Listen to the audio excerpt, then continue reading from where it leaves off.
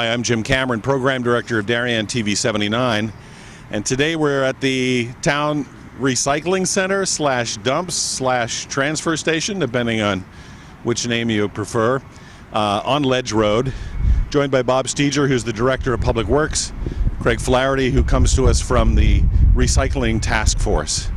Well, let's talk a little bit about the history first. Bob, how long has this facility been here?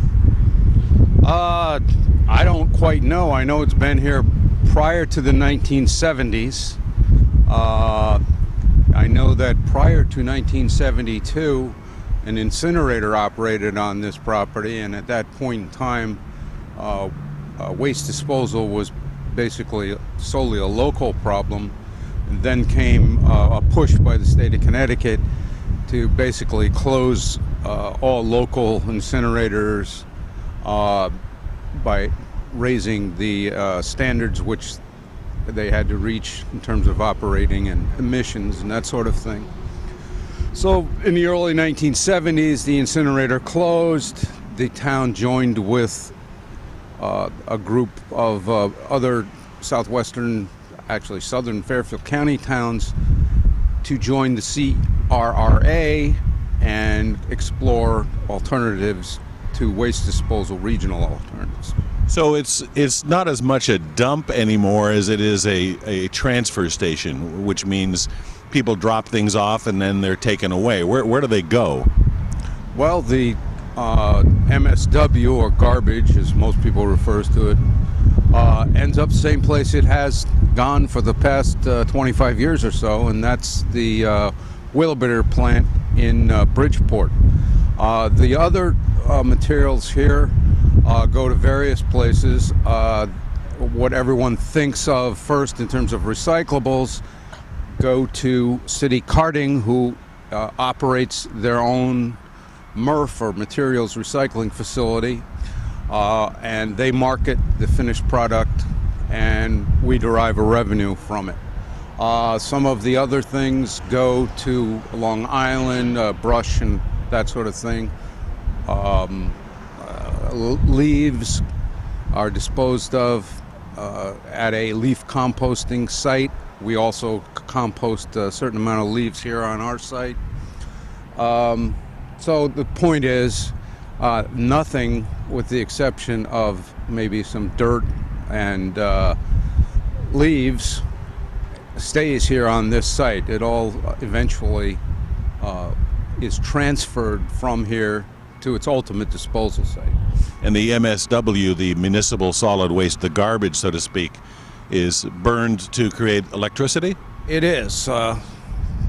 By last time I knew, that plant was generating enough electricity to power a town the size of Fairfield. When it was originally built, it was subsidized in terms of the price it could generate from electricity sales. That went away a few years back, so they're still selling electricity, although I don't know how they're doing financially on that. Great. Well, let's take a look inside the facility, and Craig will tell us a bit more about the Recycling Task Force. So we're now inside the gates of the dump, recycling center, transfer station. First of all, what's this gatehouse behind us here, Bob? It's the entry portal for the whole property. Inside there's various electronic equipment and our certified weighman, whose job it is to monitor vehicles coming in and out of the dump, to record the tonnages according to our scale, which is over there, which is used for billing purposes, and to ensure that residential users are in fact residents of the town of Darien. So there's a gate there which you have to have a dump sticker to be able to go through and use this facility. Craig, tell us about the Recycling Task Force and how it got involved with this whole facility. Sure. The Recycling Center Advisory Committee, the technical name, was established by the First Selectman and the Board of Selectmen to look into both the operations of the facility from an efficiency standpoint, to see if there are any improvements that could be made on how it operated, but also to look at how we were doing on recycling and how we could increase the amount of recycling that was done here at the facility and reduce ultimately the amount of garbage that had to leave the facility. Without getting into all the data points that you collected, what was recycling like 2-3 years ago? Well, I think the two major changes that occurred basically was going to single stream recycling. Prior to going to single stream recycling about 18 months ago, we had commingled recycling. So it was a little more restrictive in terms of what you put in a recycling container. And now many of those restrictions have been removed. Single stream recycling is very encompassing. If it's any one of 5 categories, being glass, metal, plastic, cardboard, or paper, it goes in the same bin and can be recycled and then sorted by city carding. So the effort to switch to single stream recycling and also advertise to all the homeowners that that's the way we're operating has tripled the amount of recycling leaving the recycling center. And what does that mean for the town in terms of cost or income, Bob? Well, every ton that's recycled as opposed to being treated as MSW is a cost differential of $101. So every ton that's recycled results in $86 of cost avoidance due to the fact that we're not paying to process it as MSW, and $15 in revenue, which is what we receive from city carding for our bulk recyclables. So whether you're coming to the dump yourself to get rid of your garbage and recyclables, or you're using a town carter, it's in the interest of the town and all taxpayers to increase the amount of recycling, right? Absolutely. It makes economic sense and environmental sense. Why don't we take a peek inside the weigh station and see what goes on in there with the weighing of trucks as they come in with commercial recycling. We're inside the weigh station now at the front gate of the dump. James Blakeney, you are the wingman on duty today? Yes, I am. And what are your duties in this booth? Weighing the trucks that comes in and checking for stickers to let the cars through. What happens when people show up and they try to get in here and they don't have a dump sticker? Well, unfortunately, I have to turn them back around and till they get a dump sticker. How many cars come in every day? Do you have a rough number on that? Matter of fact, I do. Roughly a day, maybe about 500 cars, 500 to 600 cars. And how many trucks carrying commercial waste? Well, it all depends on season, I would say, because you have your brush trailers, you have your garbage trucks and everything. You know, I would say weekly, maybe about 4 to 5 trucks come in and go out. You know. And you weigh them using this computer. Yes. Weigh them going in and weigh them going out, and the difference is what they've left up here, right? Yes. And here comes another car.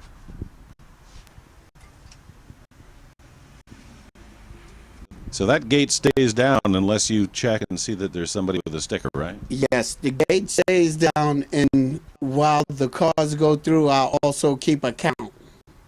So we know what comes in. And that's where I get my numbers from, the 500 to 600 cars. And the trucks that are weighed coming in and going out, are they automatically billed then for what they've left up here at the dump? Yes, they are. That's great. Mm-hmm. Okay, thanks so much for your hard work on behalf of the town. All right, thank you very much for... Just inside the main gate and the weigh station is an oil house. What's an oil house, Bob? It's basically an enclosure for our waste oil tank. Motor oil? What kind of oil? Only motor oil. Anything else is taboo. The motor oil is in fact recycled, and if it's mixed with like antifreeze or something like that, it's of no use to the recyclers. So it's important to control what goes in here. and that's why we see the attendant for the key. So do people change their motor oil in this town? Some people do, surprisingly. And they shouldn't be pouring that down a drain. They should be bringing it here, right? Absolutely not. I mean, those little medallions on some of the drains that say goes to Long Island Sound, that's what we're trying to avoid with providing this for the townspeople. Now, just around the corner here is one of the bigger success stories in recent years here at the transfer station. This is the swap shop. Craig, how did the swap shop get started? The swap shop got started by a number of volunteers that decided it would be a great idea, instead of having what would otherwise be usable materials thrown away, given a space where people could come by and maybe take them. So it is still run by volunteers today. So for any materials that are left in there that don't really rise to the functional level of being usable by someone else, those volunteers keep it organized, and they frequently move material from the swap shop up to the recycling bins and up to the trash bin. So I think just the important thing to say about it is, it's really here for a benefit for all of us. What again doesn't go into MSW saves us money, and keep it clean, keep it organized, and make sure when you're dropping stuff off there, it's stuff that you think is usable to somebody else. One frequent thing that gets left there are electronics like big old CRT TVs. Those really don't belong in the swap shop. They should be up in the electronics bin that we'll see later on the tour. When it's called a swap shop, does it imply that you have to drop something off before you take something out of here? Absolutely not. You can come by as long as you have a sticker to get into the facility. You can take a look into the swap shop, and if you see something you like, it's yours. We'll take a look in there and see what kind of goodies are available. This is one of the real bargain spots in this town. What's the swap shop meant in terms of reduction of MSW? That's a very difficult thing to measure. It's obviously meant something, but it's hard to put a number on it because, and I know that a lot of stuff lingers in your garage or your basement or your attic for years and years and years, and one day you wake up and say, well, I'll take that to the swap shop, or I'm going to clean this out and get rid of it. So although it's obviously it's had some impact, it's really difficult to measure. We don't measure the volumes that are coming in, and the volumes that end up there are lost in the totals of other things. So this is, it's hard to argue that it hasn't had an impact, but just how much that impact is, no one's been able to put a definite handle on. And as Craig said, some of the stuff that's brought here does end up in the dumpsters up there eventually if it's not taken. Now, the town used to do a weekly or an annual spring cleanup, Yes. Where people would leave things out on the curb, furniture, big pieces they didn't necessarily think they could take to the dump themselves. That's been done away with. What's replaced it? We now have bulk pickup by appointment, where on the internet people can access the town's website, and during that period of time, which is early spring to early summer, when we run this program, it's run 2 days a week. It's run, you're given a date, and we dispatch a truck on those days to pick up compliant materials. It's not open to everything, but we found it to be a very efficient way of doing it, and it avoids the mess that used to be pretty much omnipresent. The whole town looked like a swap shop for a few weeks there while you were doing those collections. The things that are picked up on those on-call pickups, do they go straight up to the dump up top, or are some of them recycled down here? They're not recycled down here in general. We've evolved to the point where people know this facility exists, and if they have something that is appropriate for the swap shop, they've probably done it. But there is a separation process that goes on in terms of settling separating scrap metal from those materials which are combustible bulky waste, and actually on the building. So two things basically: scrap metal and combustible bulky waste come out of the spring cleanup / bulk pickup. Well, let's take a look inside the swap shop and see what kind of goodies are available. Well, we're under the tent inside the swap shop, and Kathy Dobbins is with us. You are one of the volunteers who helps keep the swap shop running, right? Yes, I do. We come every day, Monday through Friday, and we sweep, we clean up, we organize, so that's what we do. Why do you do that? Well, we enjoy it. We meet a lot of people. It's a very social environment here, and we like to help the town out.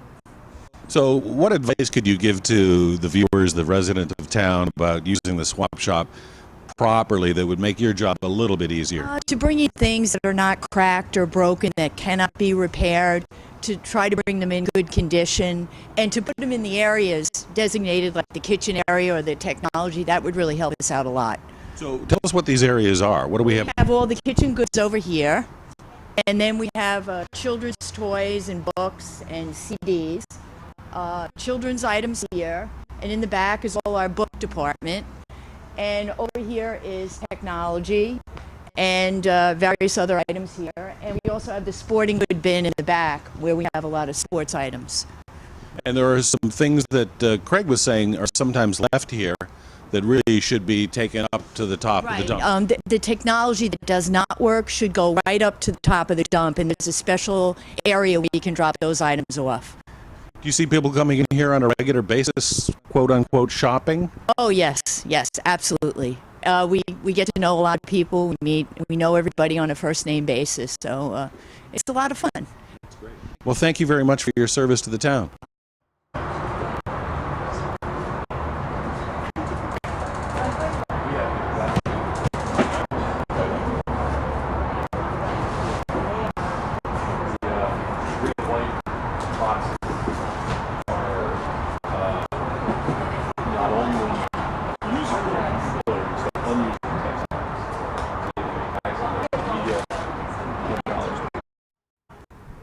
Now, the sign outside the swap shop reiterates some of the things that Kathy was saying and Bob was saying earlier. What are the things that don't really belong here in the swap shop? Well, I think they are right on the sign here. So those old CRT TVs, The big tube TVs. those big heavy ones should go right up to the electronics bin at the top. Clothing, we'll take a look at clothing bins in a second, but they should go in one of the clothing bins. And again, if it's mattresses, there's health issues in terms of the use of a mattress, that those can't be recycled. Unfortunately, those are garbage. And one thing that we didn't say before that we should say now is if you have any questions about any of what we're doing today, all of this information can be found on the town's website under the Recycling Center. If you simply type the words Darien Recycling Center into any of the major web browsers, the first option is going to take you right to the page you need to see. Why no cribs or car seats? They're on this no list. Well, that's a safety issue. So it could be that those items have, there's additional regulation about how a crib or a car seat should be made, and so an old crib or a car seat might not meet the current regulation, or it might be damaged in a way that, or a recall might have occurred on that crib or car seat that you wouldn't know about if you grabbed it here. So for safety items like that, it's best to buy new and make sure it meets the current standard. Now, air conditioning units, refrigerators, dehumidifiers, some of those have toxic chemicals inside of them too, right? Yeah, those are all accepted for recycling here at the transfer station. When they do have Freon coolant inside of them, you need to pay an additional fee to drop those items off because it costs us money to get the Freon out and dispose of it properly. So you go to the waste station and you get a little sticker you put on that. Yeah, or at DPW you can get it as well in Town Hall. The hour is 7 in the morning until 2:30. The dump itself closes at 2:45, but they want us out of here by 2:30 so they can stop the shopping cycle, right? Yeah, clean.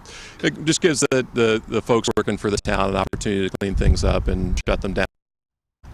So again, outside of the swap shop itself, some people, well-intentioned, have just dropped stuff off. Is this the right place to drop things off at the swap shop?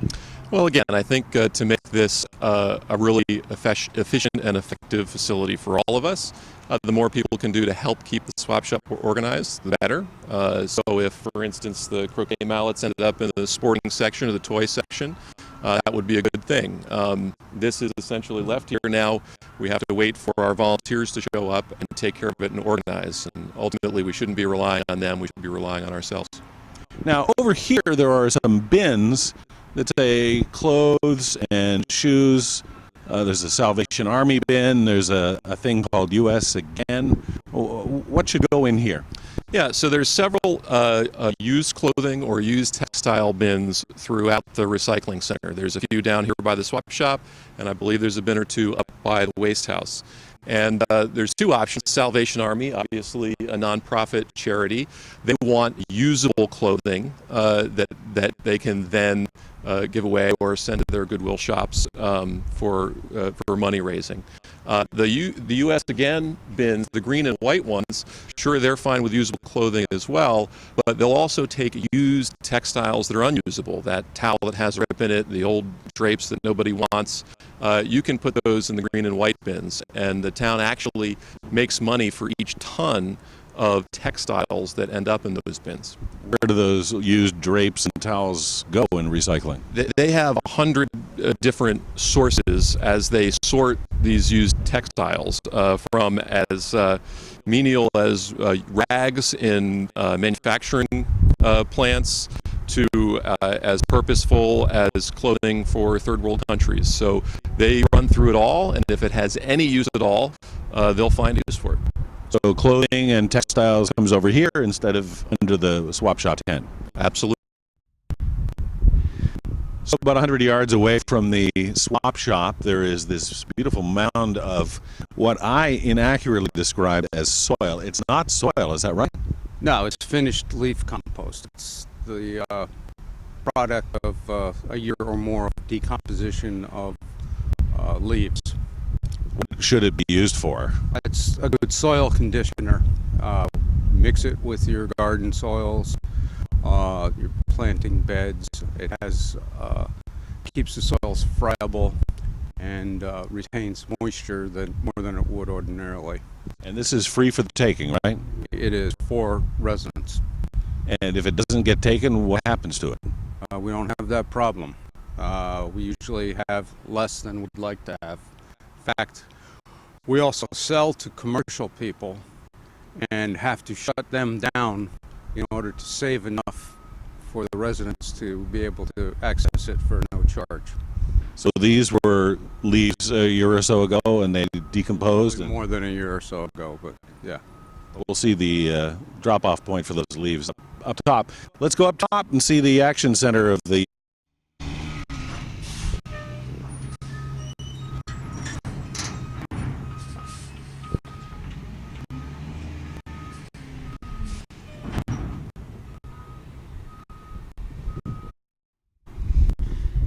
Up near the top of the hill, this is a place where foliage and leaves go to die. Is that right?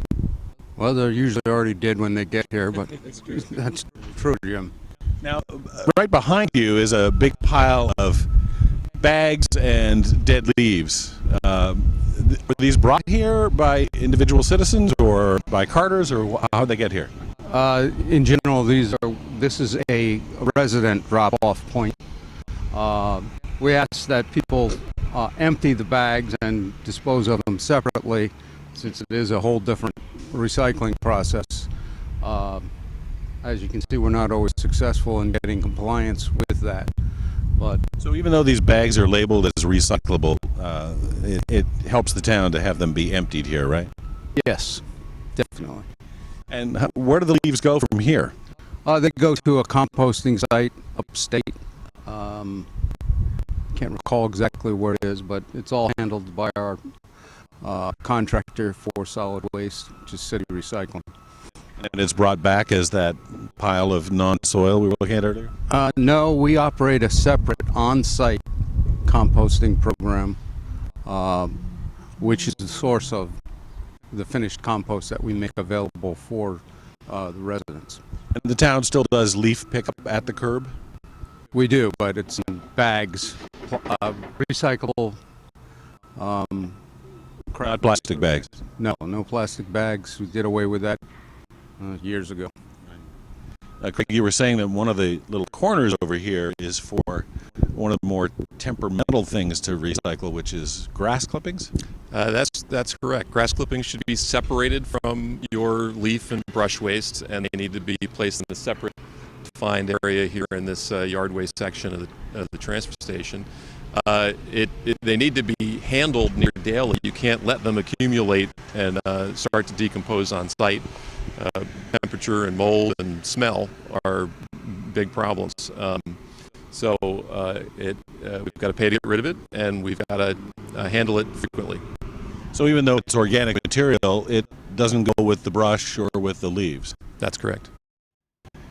So we're at the action center of the town dump itself. And before we go in and look at the recycling and the single stream, there are a few things that don't go here. Is that right, Bob?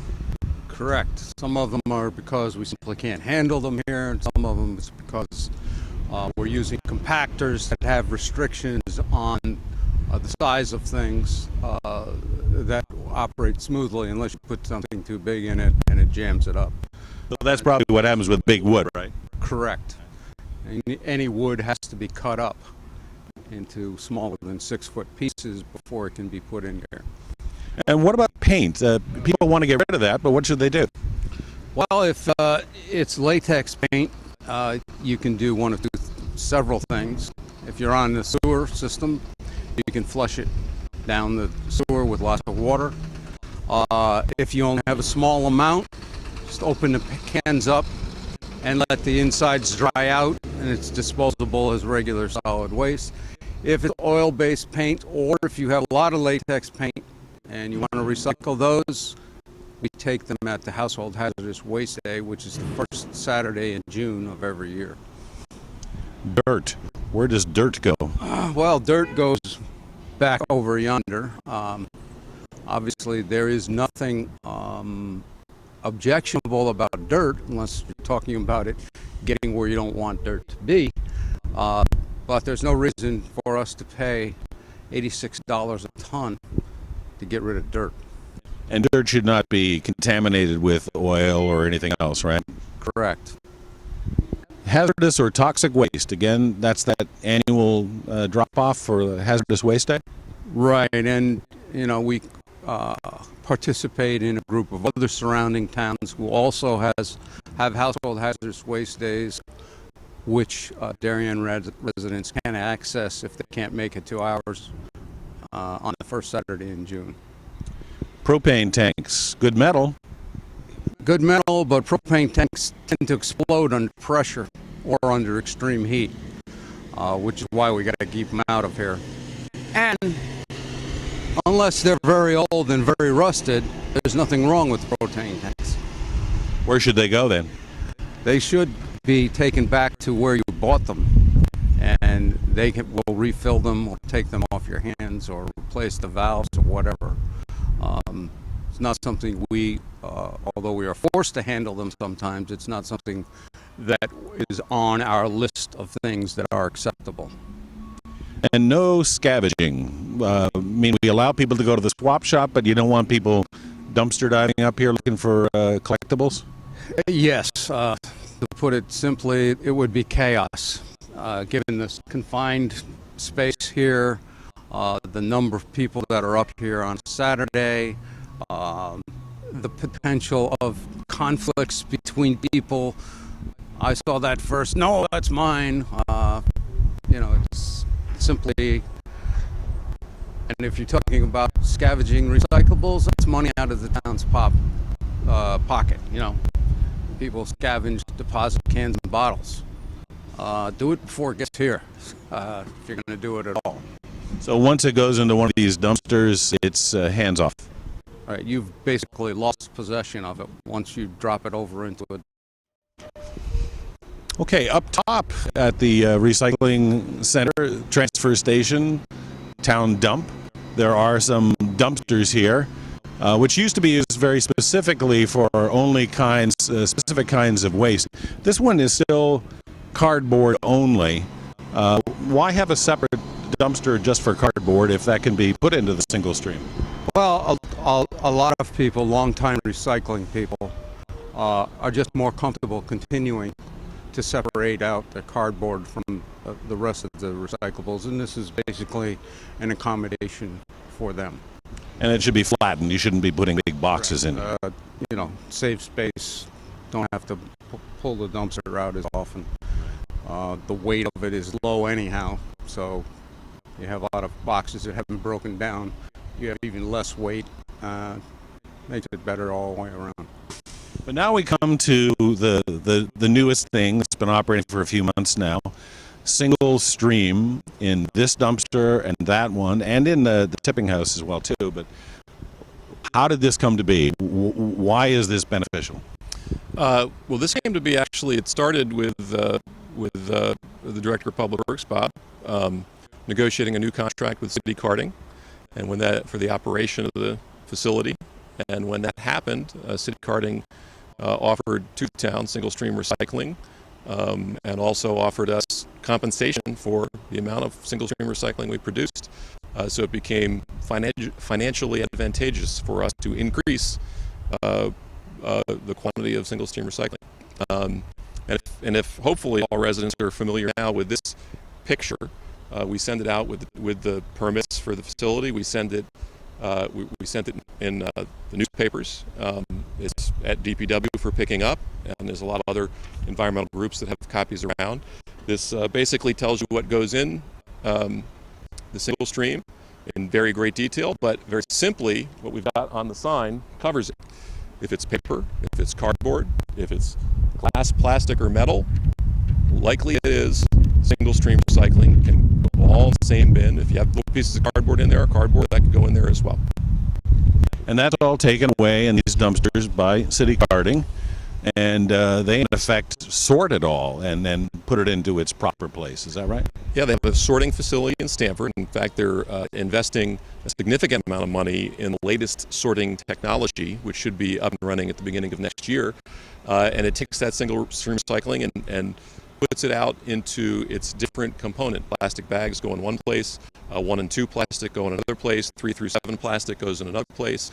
And it's all done by a large mechanical sorter. And at the end, they have bales of product that they then sell out on the resource market. So whether I bring my garbage to the dump myself or I use a carter, a garbage collector, single stream is the way that we need to go at this point. We just need to separate the wet MSW, the municipal solid waste, from all of these recyclables in 2 bins, preferably, right, at home? Absolutely. I've got a family of 4. I've found essentially we can get through a week with maybe 1 garbage bag of MSW, and the rest of our waste is single stream recycling. It's definitely the way to go. And if you've got a hauler at home, you've got a private hauler. Most private haulers are now using our transfer house to dump single stream recycling in the second bin, and we're getting compensated for that tonnage.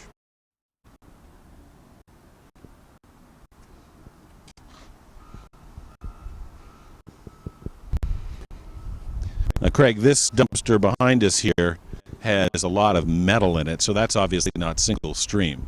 Now, that's kind of bulky, heavy scrap metal.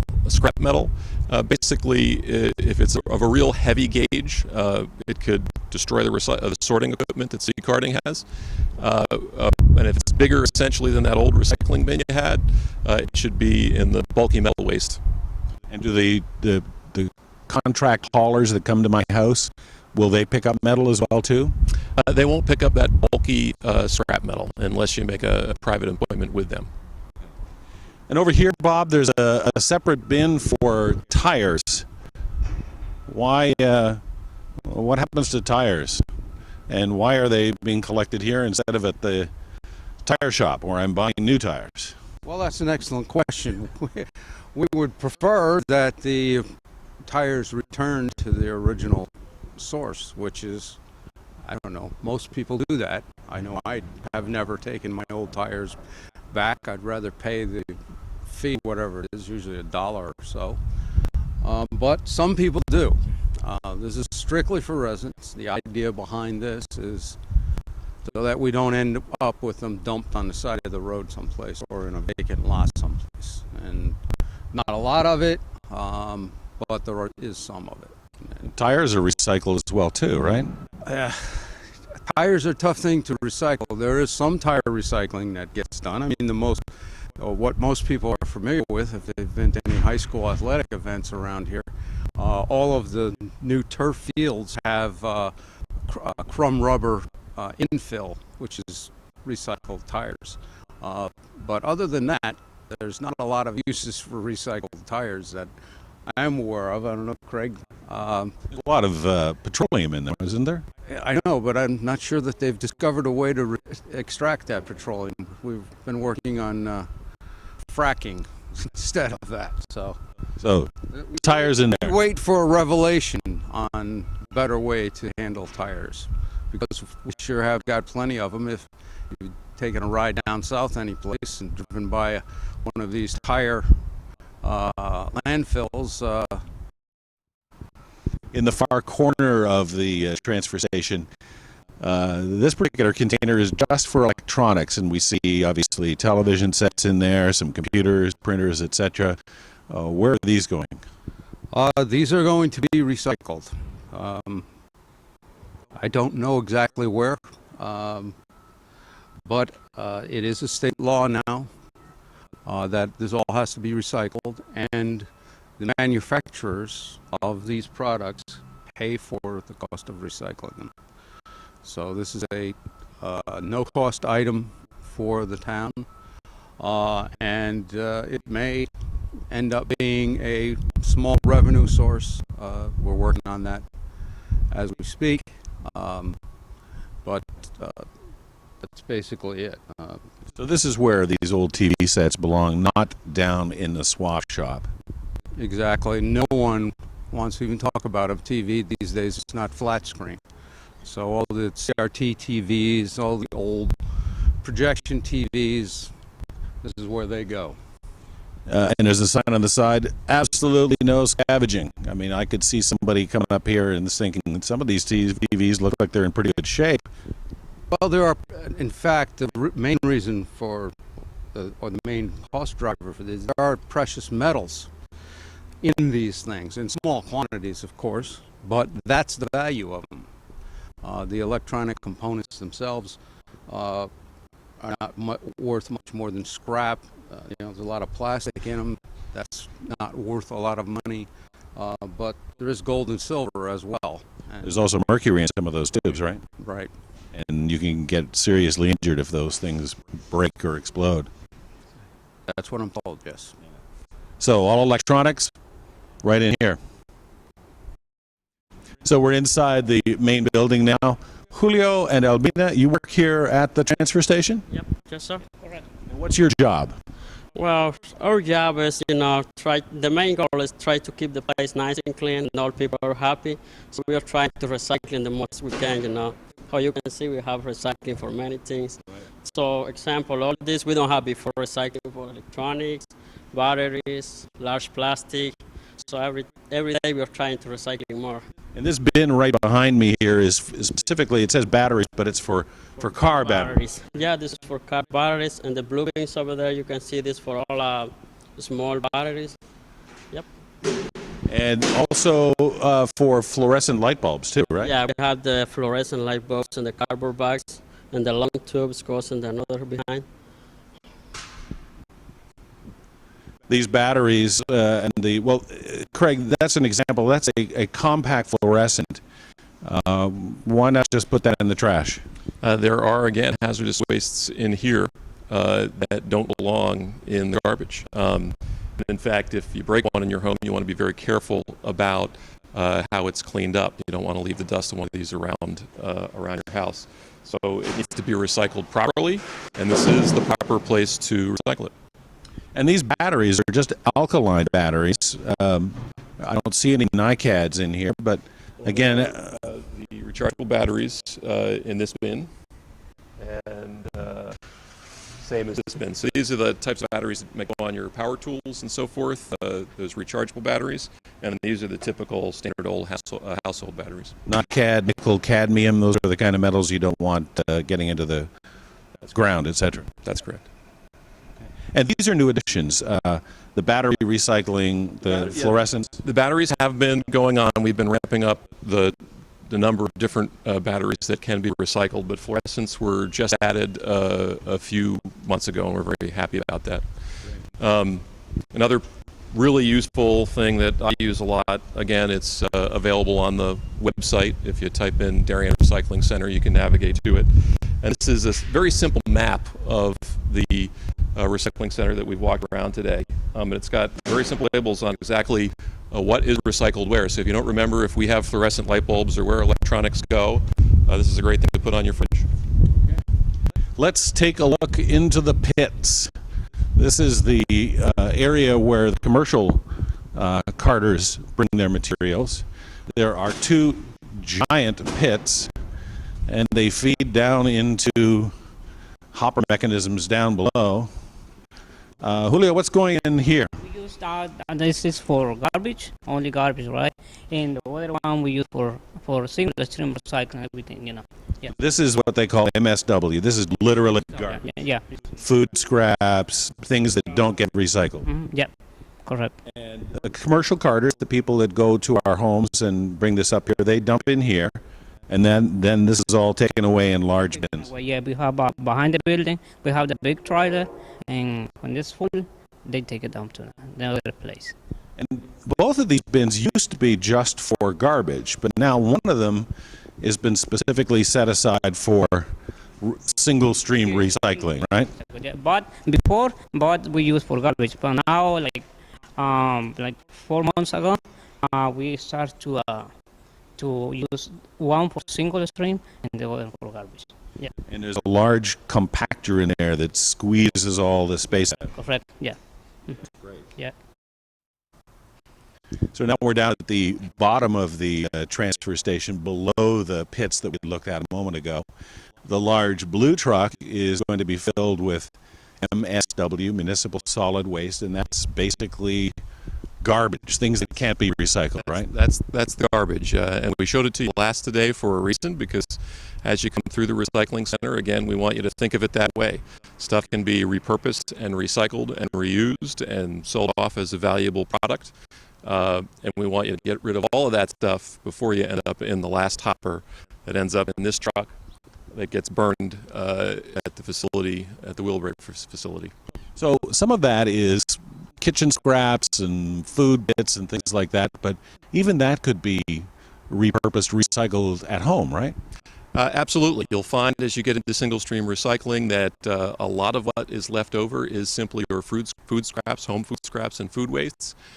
We certainly encourage individuals to explore composting at home, mixing those food scraps, appropriate food scraps, with leaves and grass clippings and turning them over in their yard, and making your own compost for your garden. We don't have the facilities or the approvals to do that here as a municipality, but we certainly encourage individuals. And there are some large cities that now do what's called gray waste recycling, which is at food scrap recycling as the last major component to get out of the garbage. How many of these trucks leave here on a daily basis? Bob, do you know those numbers? On a daily basis? Or annual, or how often? Less of this now because it's the garbage. Each one of these trucks is about 22 tons. We are now recycling down to about 4,200 tons of MSW a year. So what is that? A couple hundred. So that's less than one a day. Yeah, this place operates 306 days a year, and so if there's 86 trucks, what's that? Every 5 days. One every 4 or 5 days. You can tell he's the engineer. He's doing math in his head. I'm an engineer too. I can do math in my head. You could probably do more math. Craig, In your presence. oh, don't be.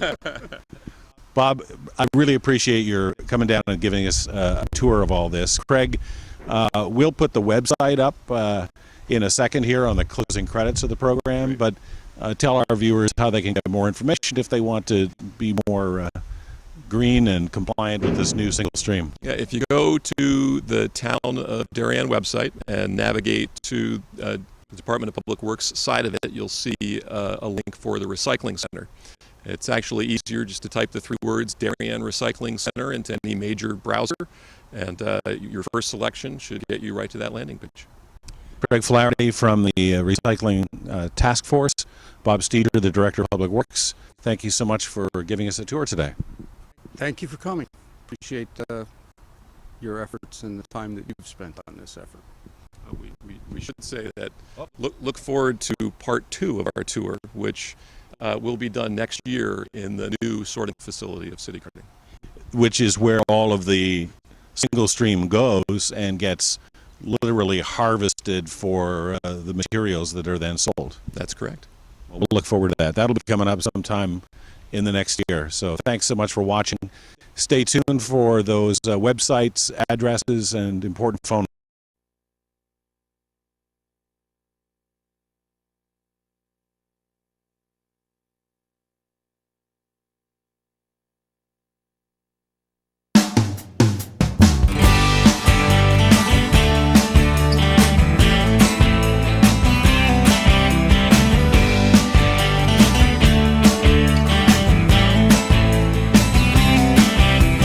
Here I am on a gravel